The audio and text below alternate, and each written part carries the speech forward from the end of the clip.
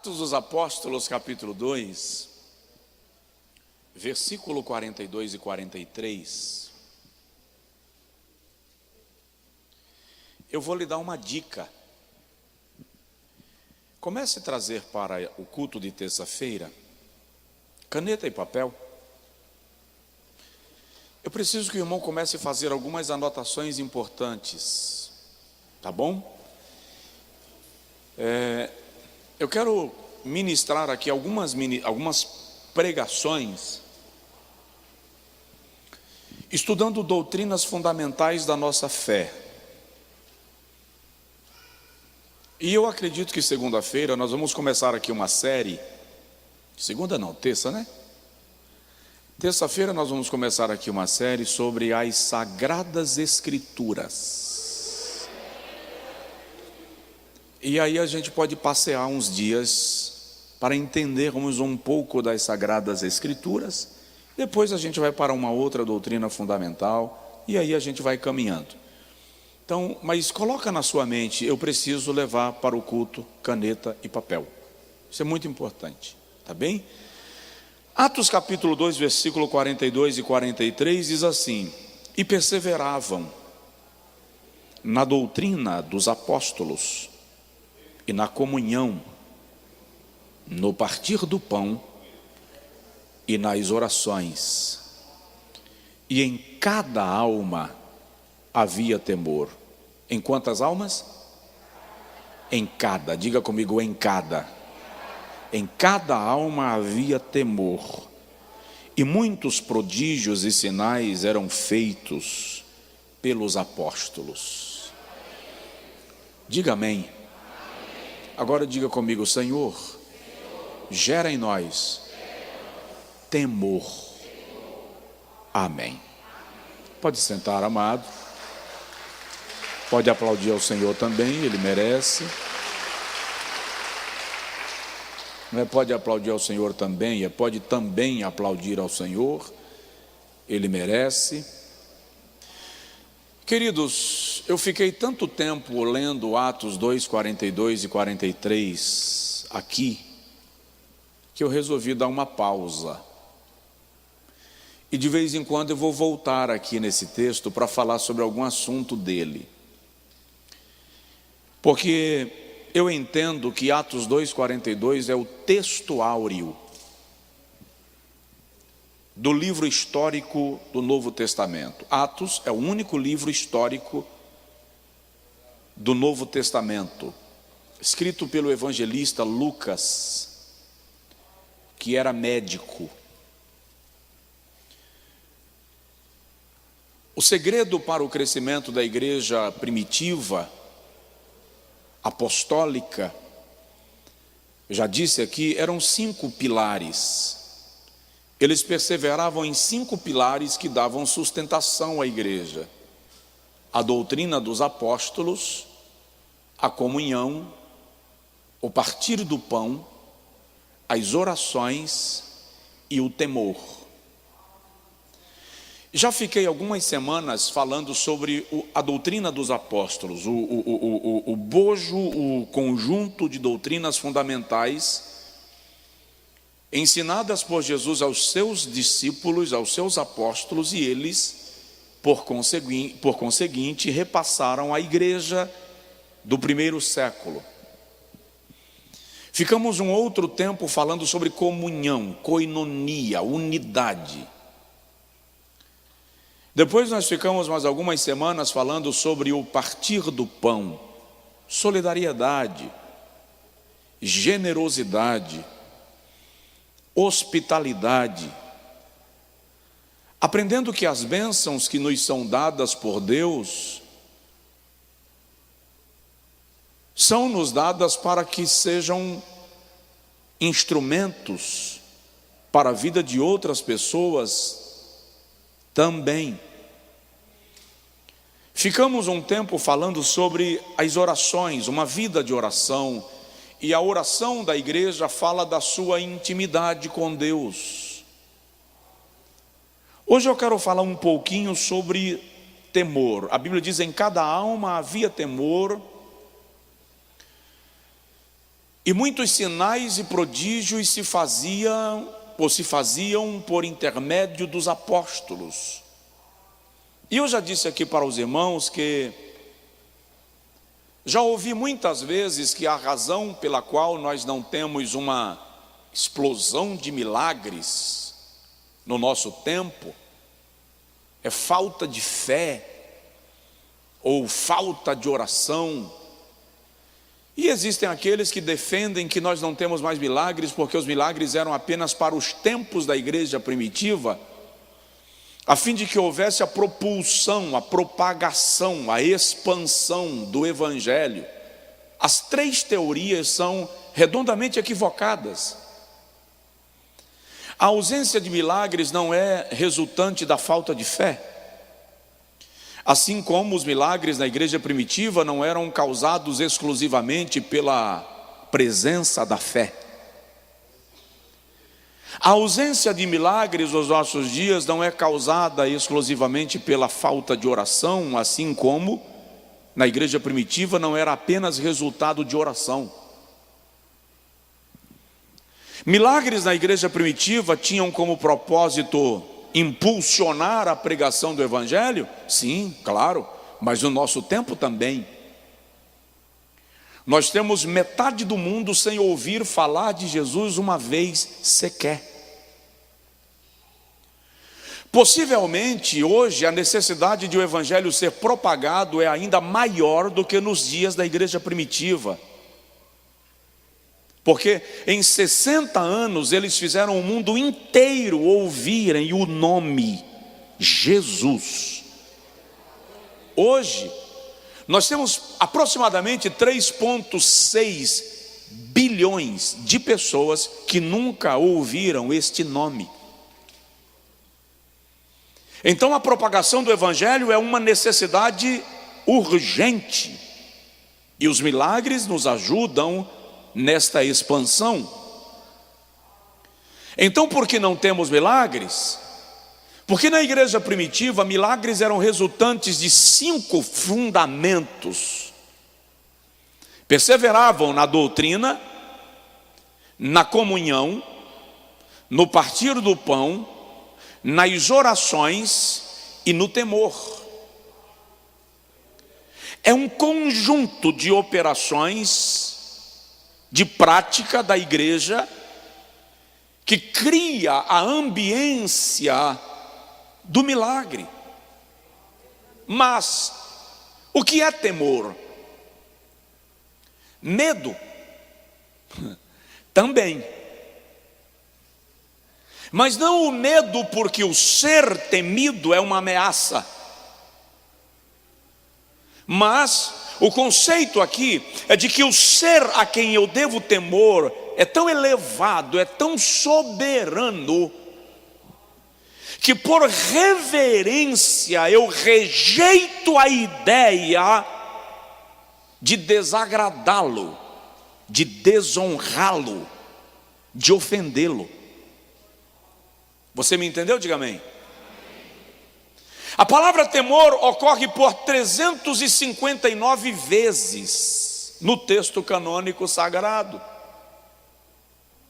160 vezes a expressão usada é temor de Deus ou temor a Deus.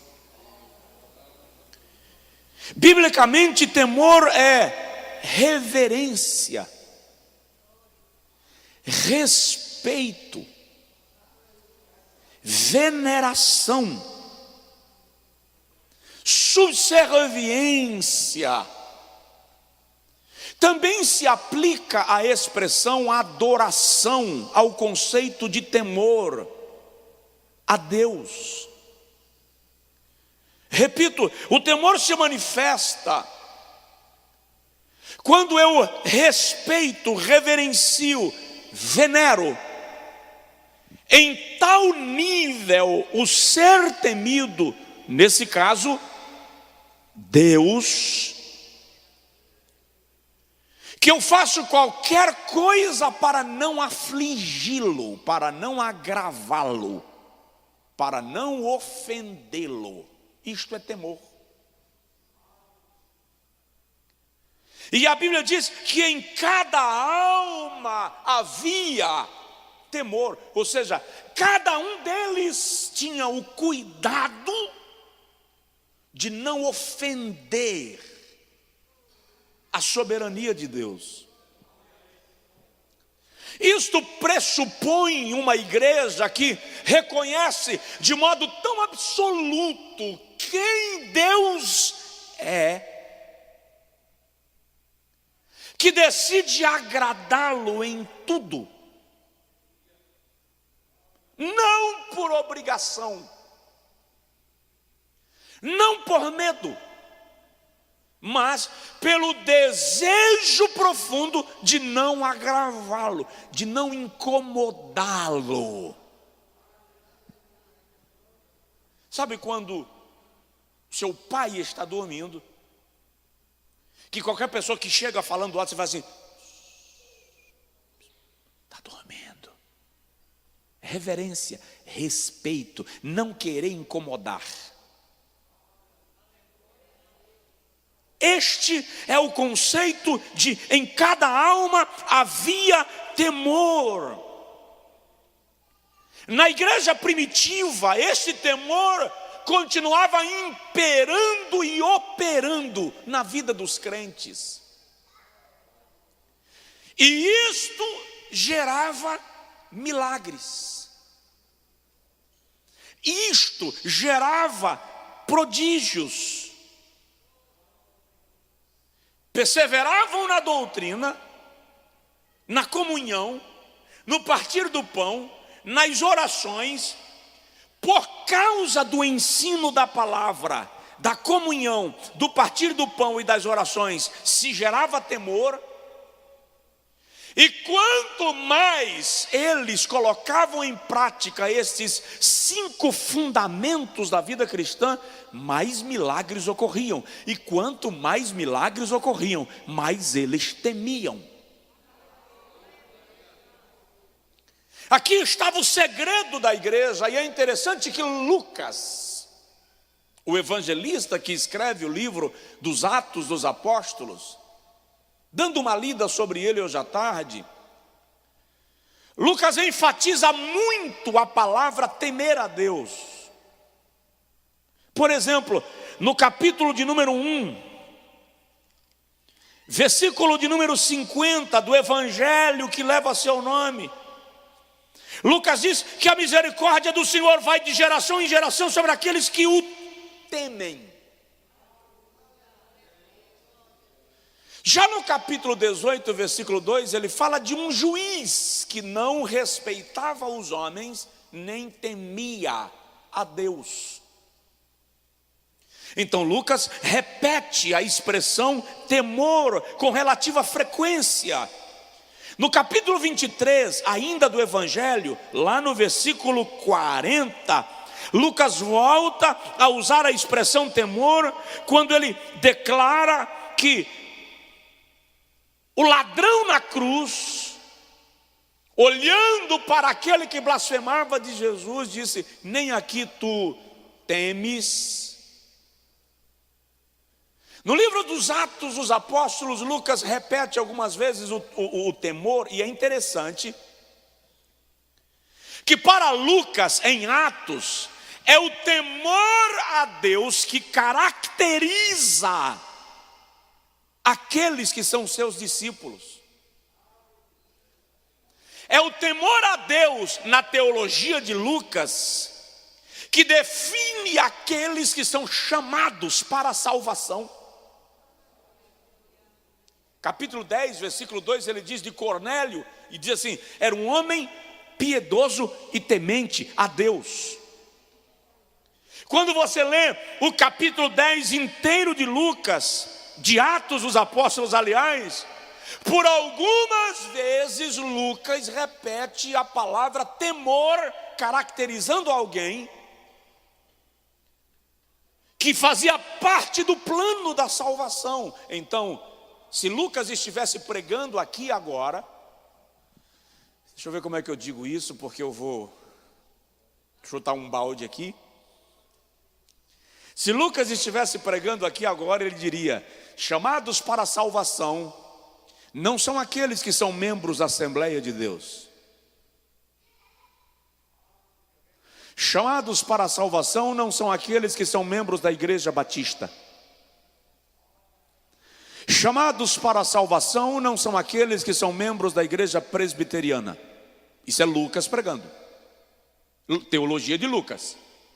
Chamados para a salvação não são aqueles que frequentam a missa todo domingo, 7 horas da manhã. Chamados para a salvação são aqueles que temem a Deus. Temem a Deus.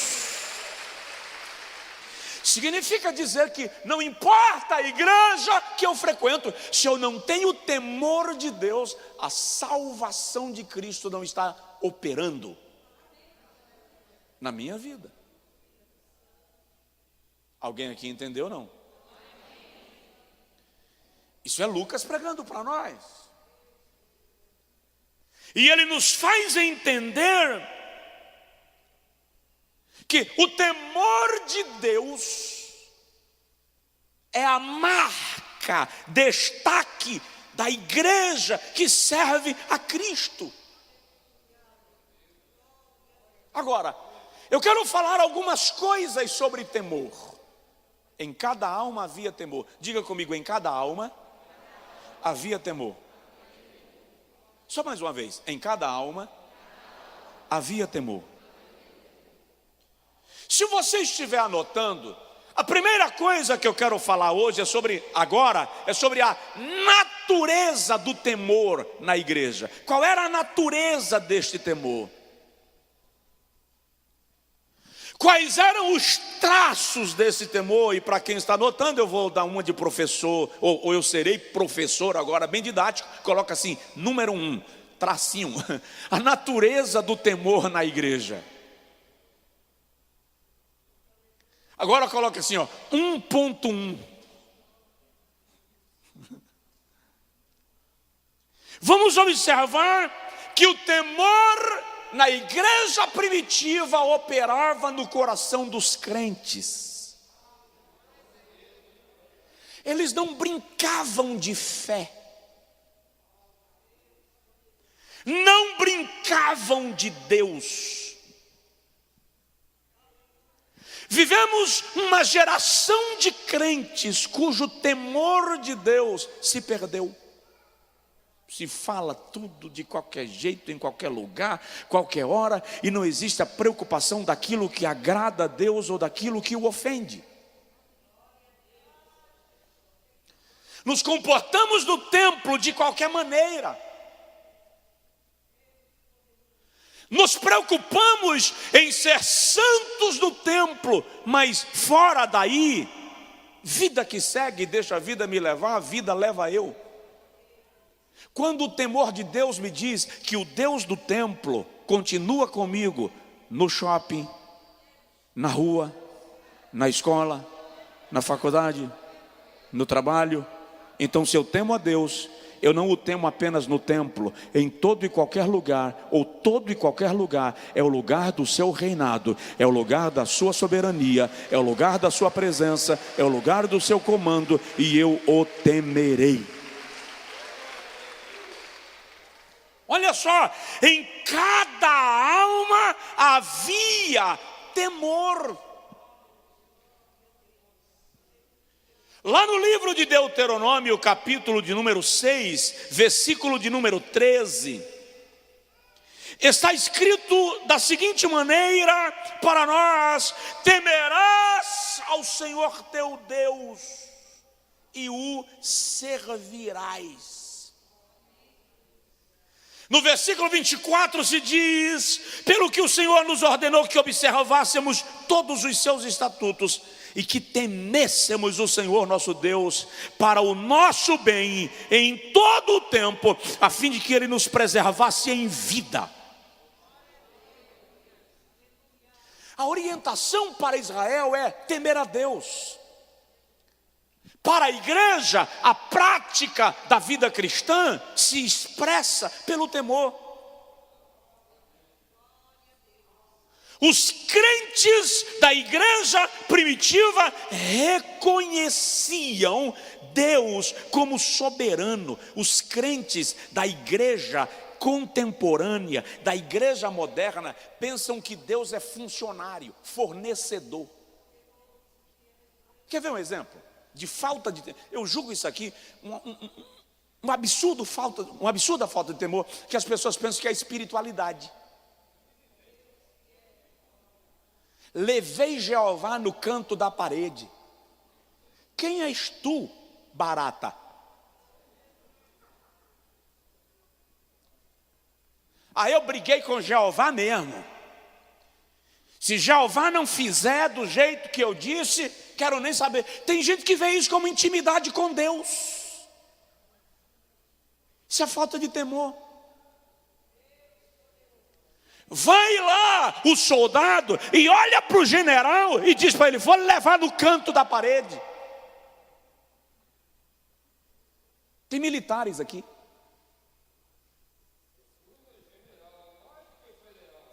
Vai lá o subalterno e diz ao governador: vou lhe levar no canto da parede e você tem que fazer o que eu quero. Vai lá. Vai no prefeito da cidade, encontra com ele na porta da prefeitura, segura na goela dele e diz para ele assim: você vai ter que fazer o que eu quero.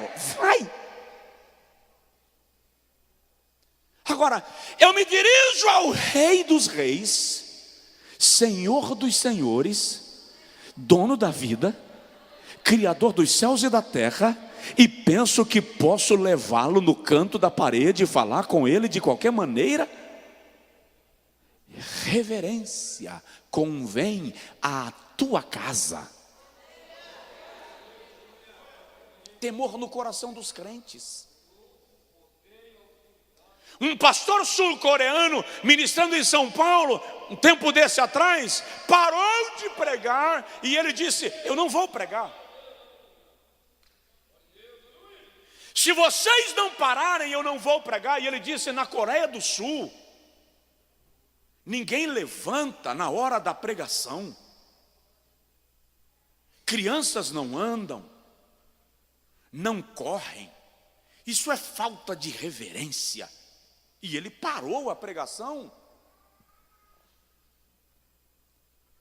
Havia uma pregadora norte-americana, o nome dela agora me deu lapso, mas ela não começava a pregar. Eu já acompanhei assim, item por item, pregações dela, de ela ficar 20 minutos esperando todo mundo aquietar, até que não se ouvisse nada no auditório. Ela disse: agora eu posso começar a pregar, porque o Espírito Santo já pode se manifestar.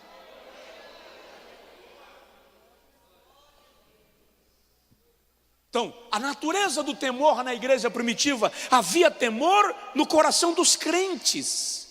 Segundo, 1.2 para quem está anotando, havia temor no coração dos incrédulos. Os incrédulos viam de maneira tão autêntica o temor da igreja por Deus, que eles também passavam a reverenciar ao Deus da igreja.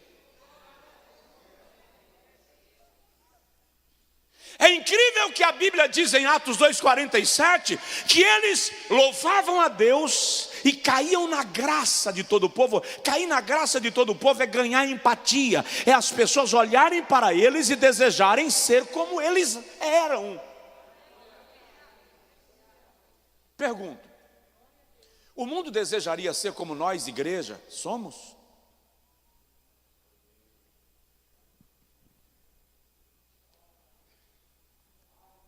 Lá no Salmo de número 36, versículo 1, o salmista diz que o ímpio, quando peca, no seu íntimo, ele recebe o comunicado do seu pecado. Ele pode até não respeitar a Deus, mas o seu coração denunciará a sua transgressão. A transgressão fala ao ímpio no íntimo do seu coração. Ele não teme a Deus, ou seja, ele não tem conhecimento de Deus, ele não sabe quem é Deus, mas no seu íntimo a voz brada denunciando a sua transgressão. Qual é a revolta de Davi com Golias? Quem é esse imundo que ousa afrontar o exército do Deus vivo? Davi tem um temor de Deus tão autêntico que ele não admite que Golias afronte o nome de Deus. E um detalhe, 1.3, o temor na igreja primitiva era individual e coletivo. O que é individual? Em cada alma havia temor. O que é coletivo? E todos tinham tudo em comum. Quando o texto diz que eles tinham tudo em comum, não está falando só de propriedade não, gente. Está falando de fundamentos, princípios, valores. Então, cada alma havia temor. E todos tinham tudo em comum, eles se pareciam um com o outro. Era temor individual e era temor coletivo. Cada cristão temia a Deus e toda a igreja era temente a Deus. E com isso eles caíam na graça de todo o povo, porque se percebia que estava se estabelecendo uma cultura, um estilo de vida, a cultura do reino de Deus.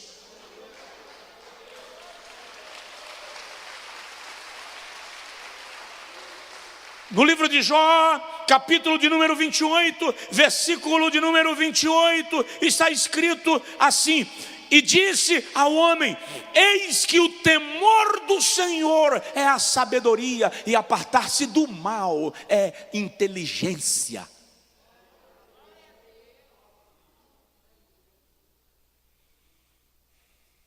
Aquela igreja, a natureza do temor que operava naquela igreja, fazia com que cada um fosse temente, e coletivamente todos eram tementes ao Senhor, e este temor se tornava notório, e se tornava positivo, e ia gerando testemunho da igreja para o mundo. Então, em cada alma havia temor. Não há milagres com muita oração sem temor. Aliás, desculpa, tem gente que porque ora muito pensa que não precisa temer a Deus. Começa a se sentir um deusinho, uma maquete de Deus. Porque ora muito, se sente mais autoridade. Tem tanta gente na igreja, lá vai, que não caiu no pecado do adultério, não caiu no pecado da mentira, não caiu no pecado do roubo, não caiu no pecado de quebrar, irmão, da fumatina, mas sofre de um orgulho espiritual tão exacerbado que quando você olha para ele, você lembra de Lucifinho.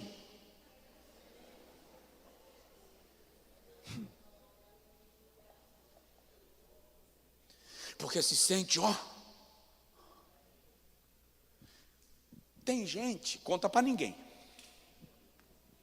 Se você olha para ele, desculpa eu tomar a senhora como referência aqui. Você olha para ele e ele encara você, aí você baixa a cabeça. Quando você baixa a cabeça, ele diz assim, ó, está em pecado. Não aguentou a glória de Deus na minha cara.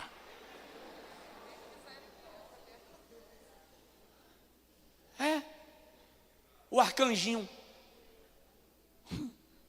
A arcanjinha. O temor notifica, denuncia, anuncia, prenuncia, propaga, testemunha de Cristo em nós. E este temor faz com que o mundo seja atraído a Cristo por causa de mim e por causa de você. A Bíblia diz que a mulher crente ganha o marido incrédulo, não é o seu caso? em silêncio, com obras de temor. Ela se cala, e a sua vida, o seu testemunho, contagia o coração dele, evangeliza ele. Então, qual é a natureza do temor que operava na igreja primitiva? Operava no coração dos crentes, operava no coração dos incrédulos, por consequência. Era um temor individual e coletivo, e se tornava público e notório. Agora coloca a mão assim no peito e diga comigo assim: Senhor, gera em mim este temor. Vamos mais um pouquinho. Vamos para o segundo item sobre temor. Eu lembrei agora do irmão que um dia lá na roça faltou comida em casa e ele chamou o filho dele para ir roubar umas batatas na roça do vizinho. Aí passou por debaixo da cerca.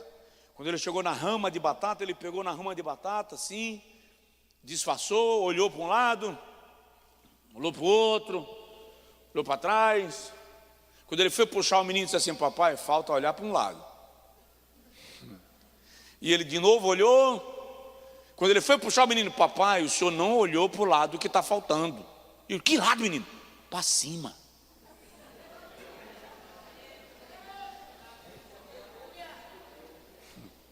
Vamos lá. Segunda análise que eu quero fazer contigo sobre o temor: resultados do temor de Deus em nós. O que esse temor vai ocasionar, vai operar na minha vida?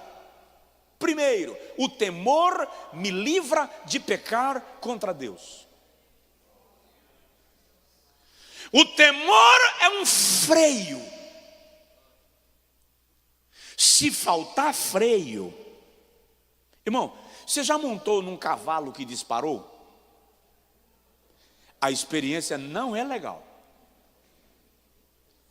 Você já precisou de freio e o freio não estava lá? Quando você pisou, o pedal desceu? Não é gostoso. O temor é um freio na vida do crente. Se faltar freio, não dá para fazer a curva.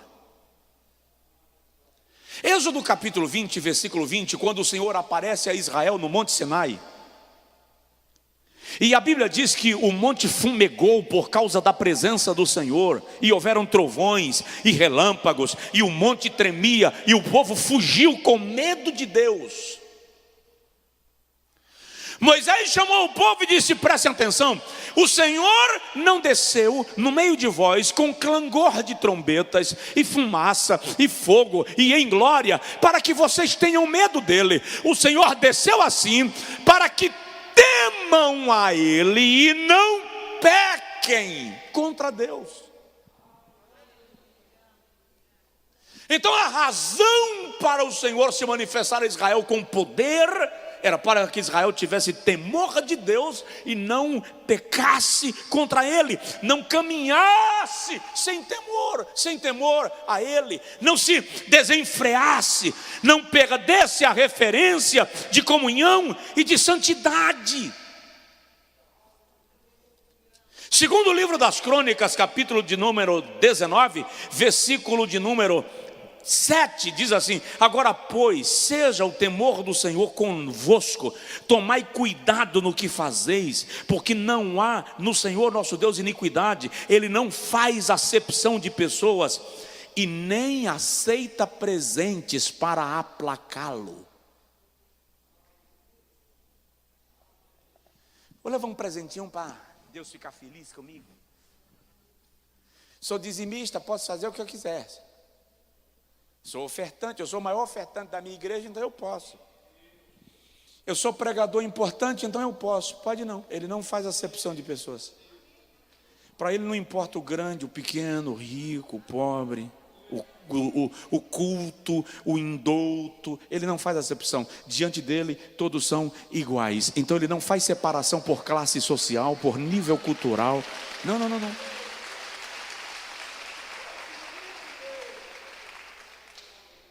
O temor nos poupa de pecar contra Deus.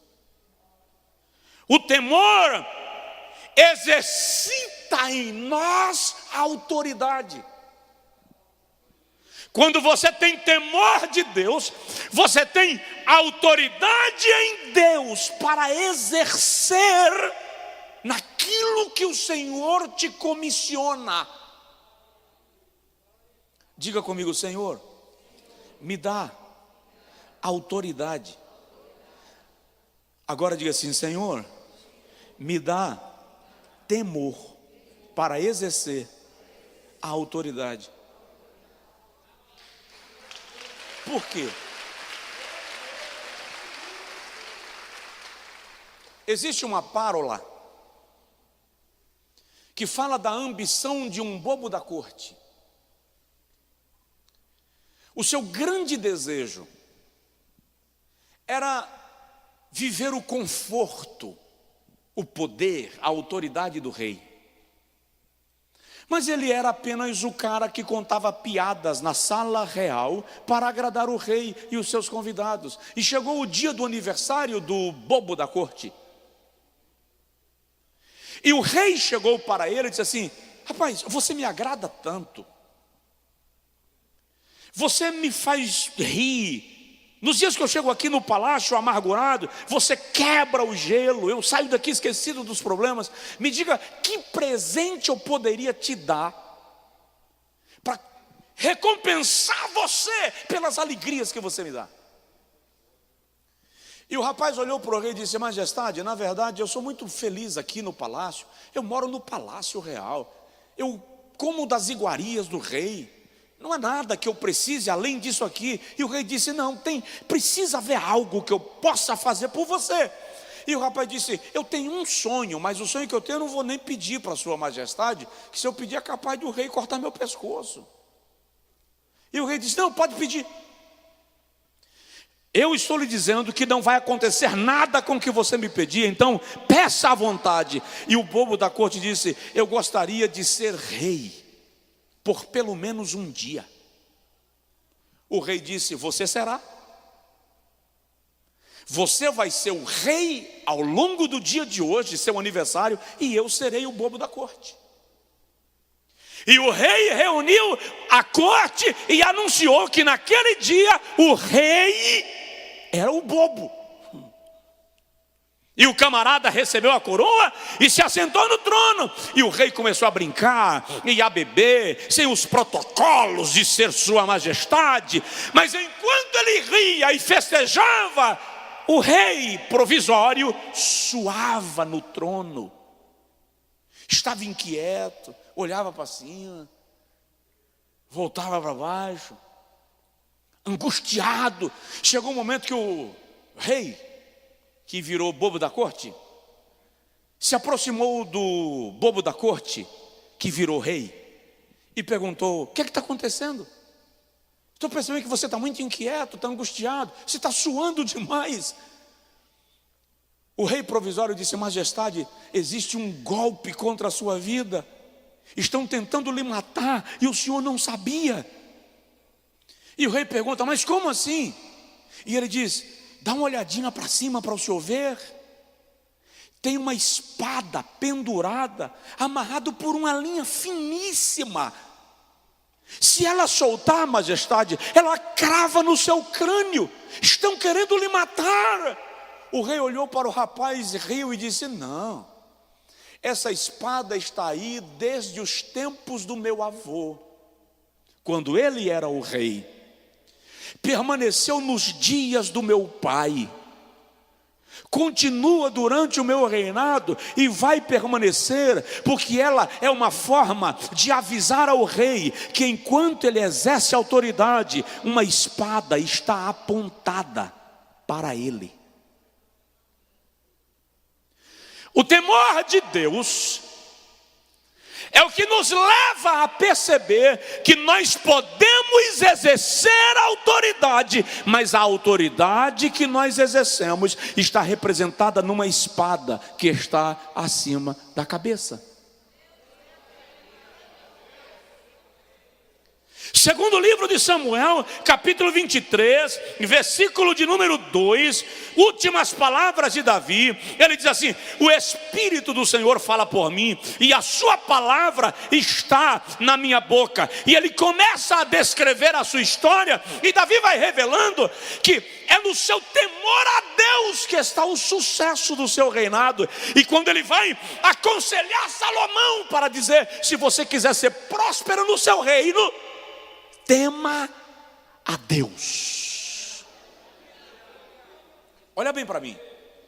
Existem pessoas que não estão na igreja e têm um temor de Deus indiscutível. E tem gente na igreja que nem está brincando com Deus, está brincando de ser Deus.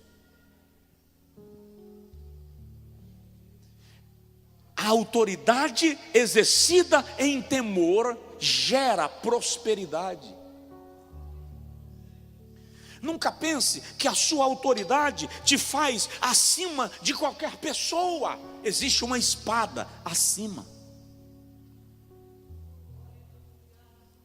O que o temor gera em mim? O temor me livra de pecar. O temor me exercita na autoridade. Lá vai. Terceiro, 1.3, 2.3. O temor prolonga os dias de vida. Quem quer viver muito aqui? Levanta a mão. Quem quer viver muito? Levanta a mão. Tem uns aí que estão na dúvida. Lembrei agora do irmão que me procurou para aconselhamento. Estou querendo morrer, pastor. Quero cometer suicídio. Não morra não, irmão. Faz isso não. Para quê? Deus é bom, você vai vencer. Não. Qualquer hora dessa aí o senhor vai receber a notícia. E aí o pastor entra em paranoia, tá? Que o pastor fica aqui tentando mostrar para o irmão que morrer não é o caminho, a não ser que Deus esteja querendo lhe levar para a glória. Aí passou uma semana, eu encontrei o irmão ali na Getúlio Vargas, com um aparelho aqui pendurado na cintura e um bocado de fiozinho. Eu falei assim: o que é isso, irmão? Não, pastor, estou fazendo um exame que eu tenho que ficar 24 horas monitorado. Mas por quê? Não deu umas pontadas no coração essa semana aí? Sim, mas tu não queria morrer?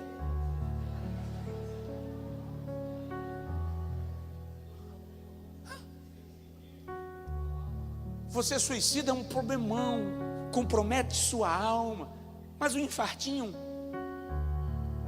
você não quer morrer, irmão? Diz aí para o seu vizinho: você não quer morrer. Agora diz para ele: o que você quer é se livrar dessa angústia. E eu profetizo em nome de Jesus Cristo que essa angústia vai passar. Você vai vencer esta batalha. O teu milagre vai chegar. O temor do Senhor prolonga a vida.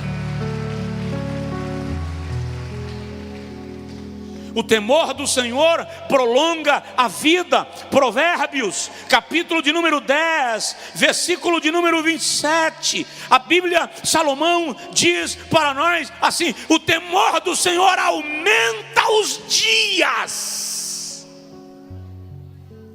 mas os dias dos ímpios serão abreviados.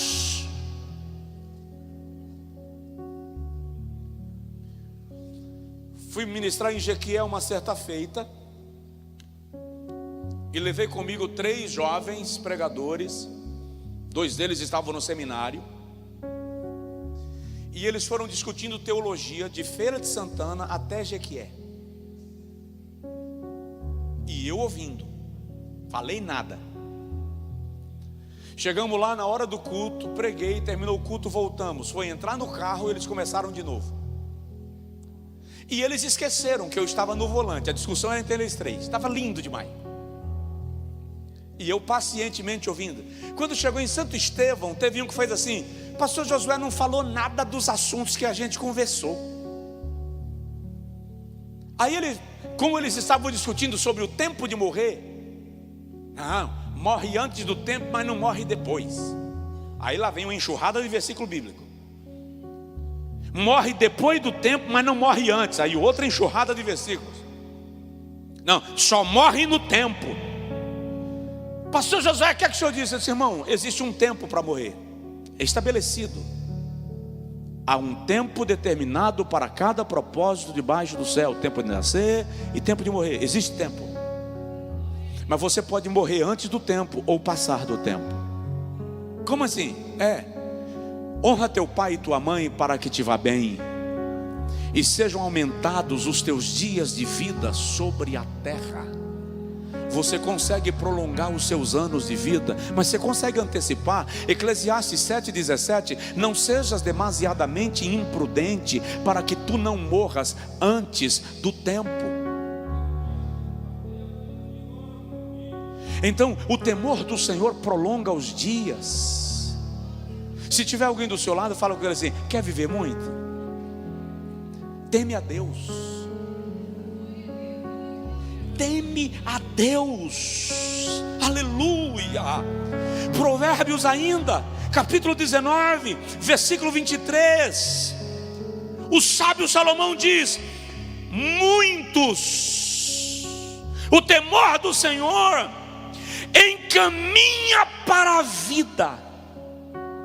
E olha só, e o que teme ao Senhor ficará satisfeito. Satisfação. Satisfação é estar bem. O que o temor faz comigo? Me poupa de pecar, me ajuda a exercer a autoridade, prolonga os meus dias de vida, gera confiança. Quem teme a Deus caminha com tranquilidade, pisa com firmeza. O sábio Salomão, escrevendo Provérbios, capítulo 14, versículo 26 e 27, diz assim: no temor do Senhor há firme confiança, os seus filhos terão lugar de refúgio. O temor do Senhor é uma fonte de vida para o homem que se desvia dos laços da morte. Em cada alma havia o quê? Temor. E muitos sinais se faziam. Não diz que em cada alma havia muita oração, em cada alma havia muita fé, em cada alma havia muitos dons, em cada alma havia temor. Uma vez o meu pai, eu tive um irmão mais velho, o Senhor quis recolhê-lo para si aos 17 anos. E um dia o meu pai disse ao meu irmão que ia dar uma surra nele. Naquela época a surra era na base da vara, nas varas de araçá. Ô tribulação, irmão. Aquele negócio enrolava no corpo da gente assim, depois ia desenrolando. E o meu pai tinha uma tática interessante, que ele dizia assim: vai lá buscar a vara para eu lhe dar uma surra. Você ia cortar a vara sabendo que era para você apanhar. Aí ele disse para o meu irmão que ia dar uma surra no meu irmão. Só que meu pai estava estudando para ministrar e ele demorou de bater no meu irmão. Como ele demorou, eu cheguei e falei assim: pai, o senhor não vai mais bater em si? O nome dele era Sivaldo. Meu pai disse: vou, por quê? Está com pressa? Vai lá com ele e traz uma vara que agora eu vou bater em você também. A lei era seca. O negócio era bravo. Não é que eu apanhei mesmo só porque eu fiz uma pergunta. Presta atenção. Quando você fica torcendo para que o outro sofra a punição, você se coloca passivo da punição que virá sobre o outro. É justiça que você quer? Deixa Deus agir. Se você quer vingança, faz por conta própria. Mas se é justiça que você quer, espera Deus no seu tempo se manifestar e fazer.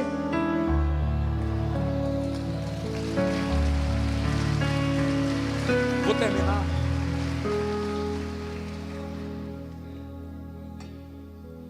O que o temor gera em mim?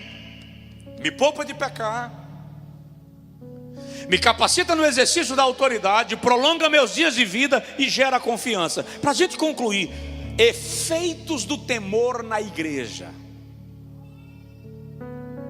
Efeitos do temor na igreja. O que o temor gera na igreja? Unidade. Diga comigo, unidade. Eu acho que eu vou deixar para eu pregar isso aqui próxima terça. Eu preciso de tempo para isso aqui. Temor gera unidade. Uma igreja que teme a Deus não vive em confusão, não vive em divisão. Uma igreja que teme a Deus não vive em guerrinha.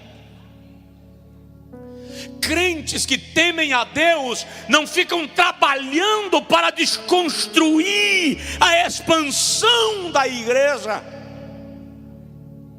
Atos 2:44. Todos, olha 43 e 44. Em cada alma havia temor.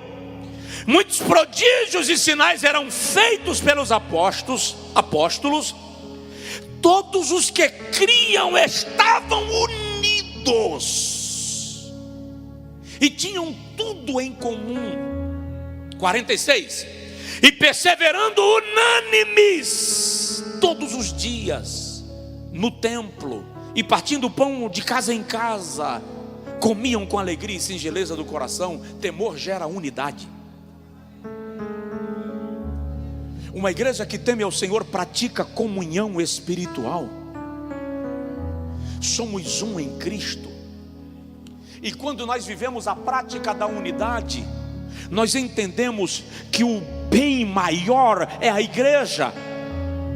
Eu sou parte de um povo, e a igreja precisa estar bem e avançar. O Senhor Jesus disse em João capítulo de número 12, versículo 26 assim: o mundo saberá que sois meus discípulos quando vos amardes uns aos outros. Como é que eu quero que o mundo saiba que eu sou discípulo de Cristo? Pelo corte do cabelo? Pelo modelo da roupa? Pela carteirinha de membro? Pelo tamanho da Bíblia que eu carrego? Mas eu vivo destruindo a vida do outro, desconstruindo, puxando o tapete, bombardeando, causando confusão, causando contenda na igreja. Saio da igreja e saio tentando destruí-la, e se sente santo por esse ato de serviço ao diabo. Irmão, só a Satanás interessa o prejuízo da igreja. Então uma igreja que teme ao Senhor é uma igreja que vive em unidade. Jesus diz assim: Pai, eu te rogo que estes que tu me destes sejam um, assim como eu e o Senhor somos um, para que o mundo creia que tu me enviaste. Nada contribui mais para destruir a pregação do Evangelho do que a falta de unidade na igreja. Nada coopera mais com o diabo na oposição à igreja do que a falta de unidade dela. Ah, pastor, eu tenho muito medo de vir um governo no Brasil que persiga a igreja. Olha bem por meus olhos que eu vou ser meio radical e escrachado. Crente desunido como crente brasileiro precisa ter medo de comunismo?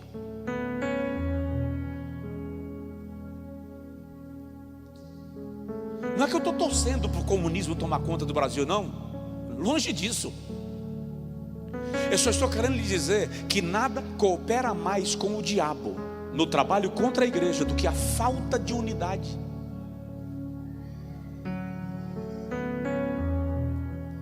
David Yong-Cho, pastor da maior igreja do mundo, Coreia do Sul, fez uma campanha de 40 dias de jejum e oração, clamando pela união das duas Coreias. Enquanto ele clamava pela união das duas Coreias, o Senhor falou com ele: como está a sua relação com o seu pai? Ele não se comunicava com o pai, havia uma trinca relacional. E como está a sua comunhão com o seu irmão? Ele não se comunicava com o irmão. E o Senhor falou com ele: como você pode me pedir a união de dois países, se vocês não conseguem ser unidos nem em família?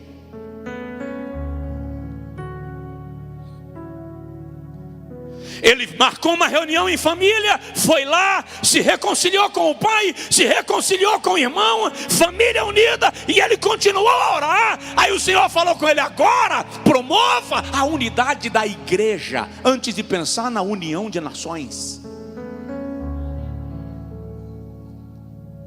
Queremos um país sólido, unido, poderoso, mas como igreja não praticamos unidade. E eu não estou falando só de eu não estou falando de união de duas pessoas. Eu estou falando de uma igreja em unidade, que para com essa idiotice de discutir na internet só porque você crê diferente de mim, de um princípio doutrinário que não afronta, que não altera a veracidade bíblica. Fica pentecostal e tradicional discutindo, arminiano e calvinista, um esculhambando o outro, falando mal da igreja do outro, agredindo o outro. Sou assembleano, não gosto de você porque você é muita falta de inteligência, de discernimento, de conversão. Temor de Deus gera unidade. Segundo lugar, temor de Deus gera louvor.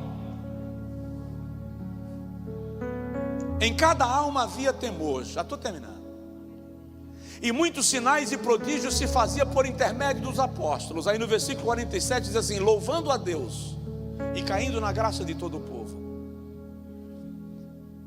Eu subo no altar para louvar, mas não vou com a cara do cara que está cantando do meu lado.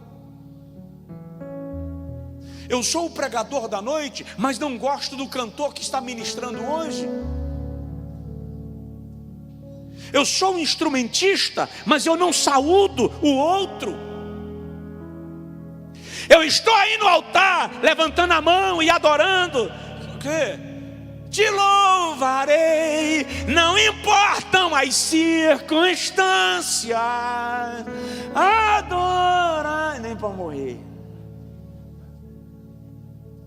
Estou cantando, adorando, me curvo, gesticulo, faço tudo, mas sou inimigo do irmão que está na outra fileira. Sou inimigo do meu irmão em casa. Não falo com a minha cunhada. Não me dou bem com a mulher do diácono, com o diácono, com o maestro do coral. Ei, que louvor é esse?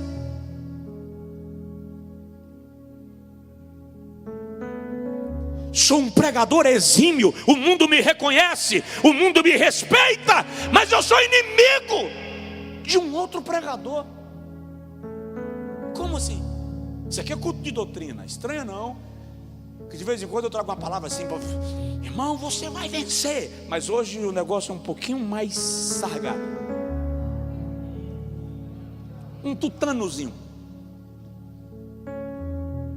Efésios 5, 18 e 19. E não vos embriagueis com vinho, no qual há contenda, mas enchei-vos do Espírito Santo, louvando a Deus com salmos, hinos e cânticos espirituais, cantando e salmodiando ao Senhor em vossos corações. Está na hora, quem está aqui na igreja, quem está me acompanhando em casa, se você mudou de igreja porque você não gosta de alguém, se você está no altar, mas está inimigo de alguém, não importa o seu renome, o título que você tem, a força ministerial que você tem, seguir a paz com todos todos, e a santificação, sem a qual ninguém verá o Senhor.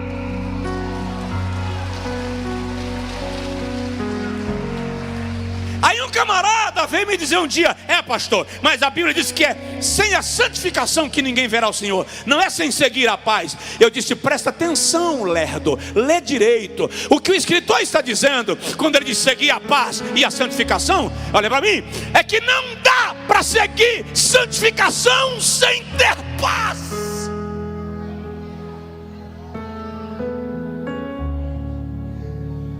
Vem bancar o santo para cima de mim e é inimigo de outras pessoas. Isso não é santidade, isso é santarice.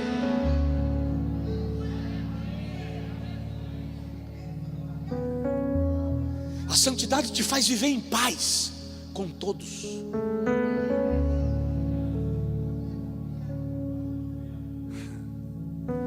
Louvando a Deus. O temor na igreja gera unidade, gera louvor. Diz assim, pastor Josué. Fala aí, pastor Josué. Fala, irmão, pastor Josué. Para logo. 3 minutos. O temor do Senhor gera crescimento na obra de Deus. Vou repetir. O temor do Senhor gera crescimento na obra de Deus. Vou repetir. O temor do Senhor gera crescimento na obra de Deus.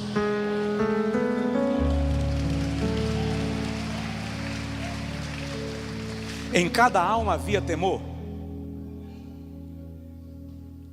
Fala comigo, em cada alma havia temor. Se você está anotando, anota rápido que eu não vou explicar nenhum dos versículos que eu vou citar. Atos capítulo 1, versículo 15. Eram quase 120. Quantos? 120. Atos capítulo 2, versículo de número 44. O número era de quase 3.000. De 120 para 3.000. Atos 4:4. E o número se elevou a quase 5.000. Atos 2:47. E todos os dias acrescentava o Senhor à igreja aqueles que iam sendo salvos. Todos os dias tinha conversão. Todos os dias tinha gente entregando a sua vida a Jesus. Todos os dias a obra crescia. Atos 8, versículo 6. E grande era a multidão dos que criam. Agora Lucas não quer mais nem falar em números, ele está falando de multidão. É tanta gente se convertendo que ele não conta mais. Grande é a multidão dos que criam. Romanos capítulo 15, versículo 18 a 22. Já não há qualquer lugar onde esse evangelho não tenha sido pregado. Em 50 anos havia 500 mil de cristãos na Judeia. Em 60 anos o mundo inteiro sabia quem era Jesus. Eles não tinham rádio, cadeia de rádio, não tinham televisão, não transmitiam culto pela internet.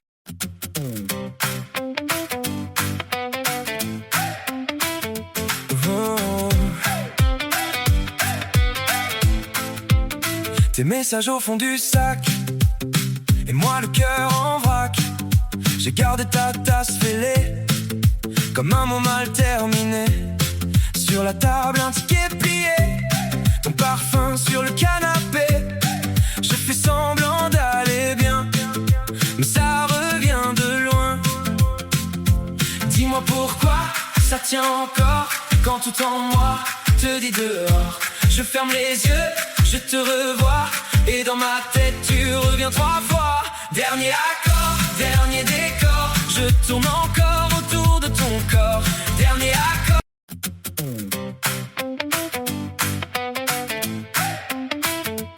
Oh.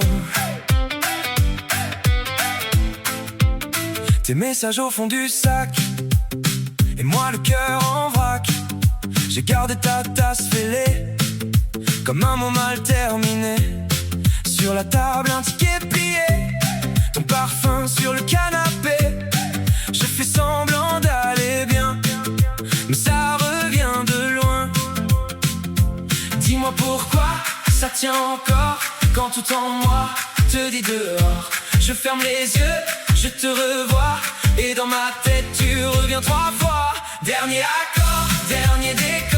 je tourne encore autour de ton corps. Dernier accord.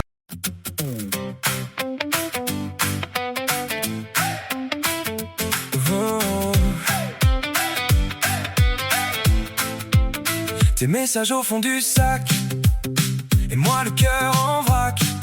J'ai gardé ta tasse fêlée, comme un mot mal terminé. Sur la table un ticket plié, ton parfum sur le canapé. Je fais semblant d'aller bien, mais ça revient de loin. Dis-moi pourquoi ça tient encore, quand tout en moi te dit dehors. Je ferme les yeux, je te revois, et dans ma tête tu reviens 3 fois. Dernier accord, dernier décor, je tourne encore autour de ton corps. Dernier accord.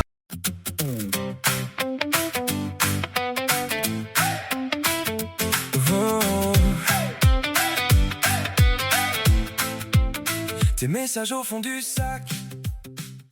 Internet, não tinham frota de carro na garagem da igreja, não tinham bancos. Acreditem, existem igrejas hoje que têm bancos.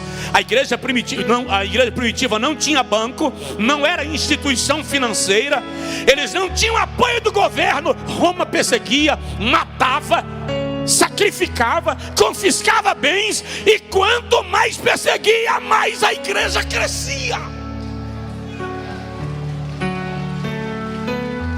Ao ponto, queridos, do historiador dizer que um dia Nero, assentado na sua tribuna, com as arquibancadas cheias, e os cristãos lá embaixo, sendo devorados pelos leões, devorados pelos lobos, devorados pelos ursos, sangue de cristão espalhado na arena, e o povo levantava das arquibancadas e descia, chorando, para morrer com eles. Não era pregação, era morte, era sacrifício, era tortura, e o povo descia para morrer também.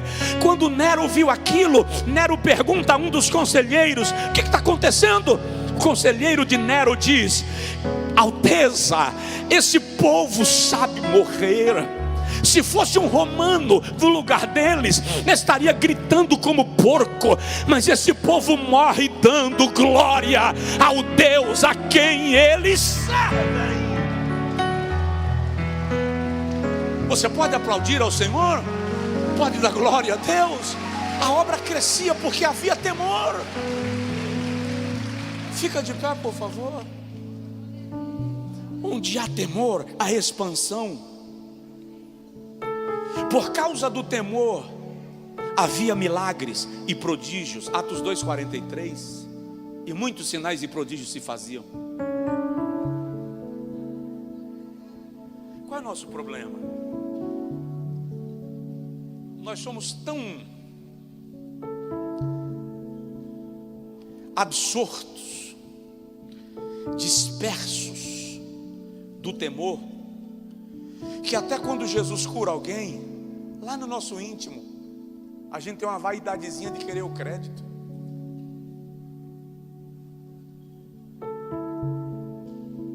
A gente tem uma vaidadezinha de... Isso é falta de temor. Olha para Atos 5, versículo 11 a 16. E muitos sinais e prodígios eram feitos entre o povo, pelas mãos dos apóstolos, e estavam todos de comum acordo no pórtico de Salomão. Dos outros, porém, nenhum ousava juntar-se a eles, mas o povo os tinha em grande estima, e cada vez mais se agregavam crentes ao Senhor em grande número, tanto de homens como de mulheres, a ponto de transportarem os enfermos para as ruas e os porem em leitos e macas, para que ao passar Pedro, ao menos a sua sombra cobrisse alguns deles. Também das cidades circunvizinhas afluía gente a Jerusalém, trazendo enfermos e atormentados de espíritos imundos, e eram todos curados. Como assim? Qual era o segredo? Em cada alma havia temor. Sabe, eu vou encerrar, mas eu preciso que a nossa oração de hoje em diante seja mais focada nisto. que a gente peça a Deus menos coisas materiais, porque as demais coisas vos serão acrescentadas, e peçamos a Deus temor, que o Espírito Santo gere em nós temor. Eu sei que é apenas um hábito da religiosidade, mas deixa eu usar como exemplo. Você já viu um católico como ele se comporta quando passa na porta de uma igreja católica? O que ele faz? O sinal da cruz. Eu já vi muçulmano ajoelhar com o rosto no lastro do avião, em voos internacionais, e ele não está nem aí se alguém quer passar. É a hora da oração, ele vai ajoelhar. Eu estive na Alemanha numa igreja, Jones estava comigo, ainda era criança. É considerada a igreja sede do satanismo na Europa. Eu estava na calçada. Ninguém entrava na igreja satânica para adorar o diabo sem fazer reverência ao diabo.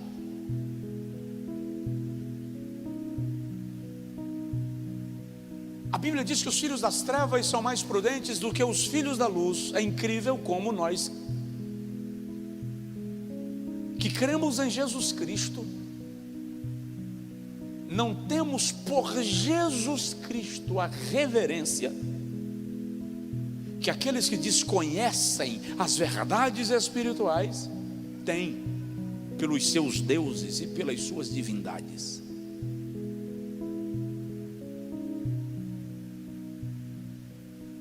Deveríamos entender que Deus está acima de tudo e de todos, lembrar sempre e pedir a Ele cada dia que o nosso coração seja tomado de temor de Deus,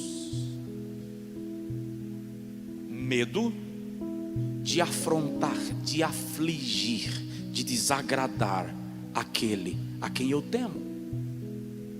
Mas não é medo no sentido de escravidão, é o medo com o aspecto de cuidado. Eu tenho tanto zelo pela sua santidade que eu quero de qualquer modo não incomodá-lo.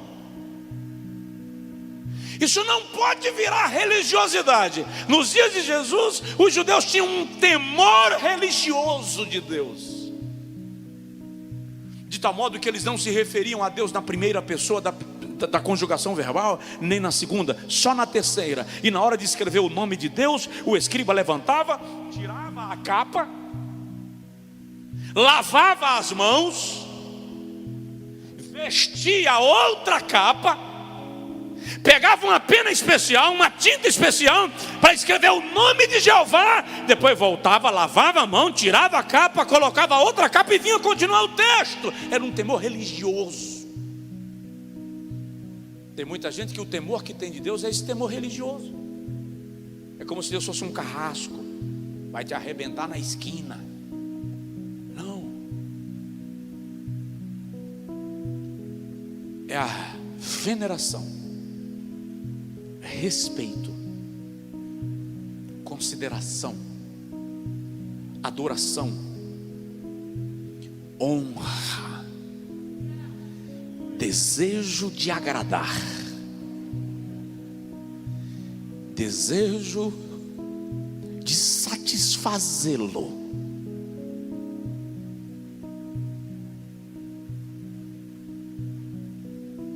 Isso é temor. Miqueias 6:10. O que é que o Senhor requer de vós, senão que temais o seu nome, que andeis em retidão e pratiqueis a justiça? Pai, esta palavra é tua e nós somos teus, e o que nós queremos, Senhor, é que o Espírito Santo gere em nós temor.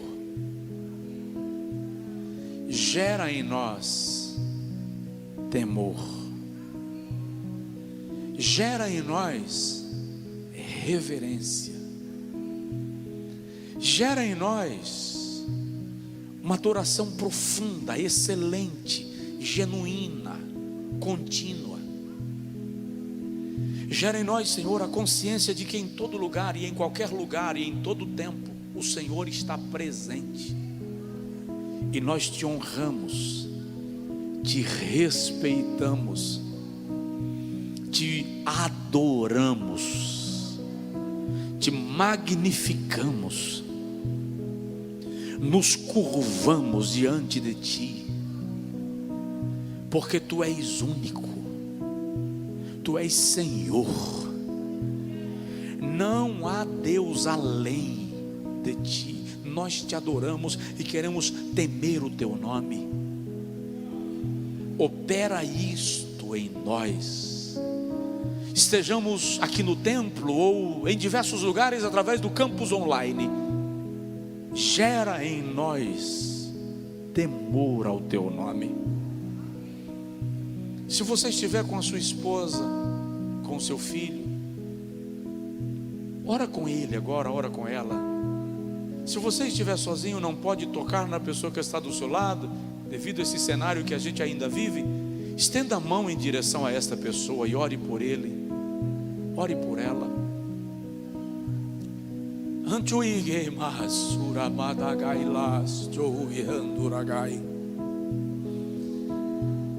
Este lugar é teu, Senhor.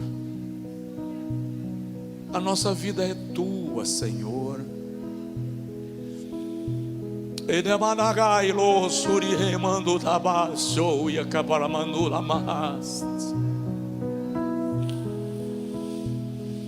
Que o nosso coração seja tomado pelo temor da tua presença,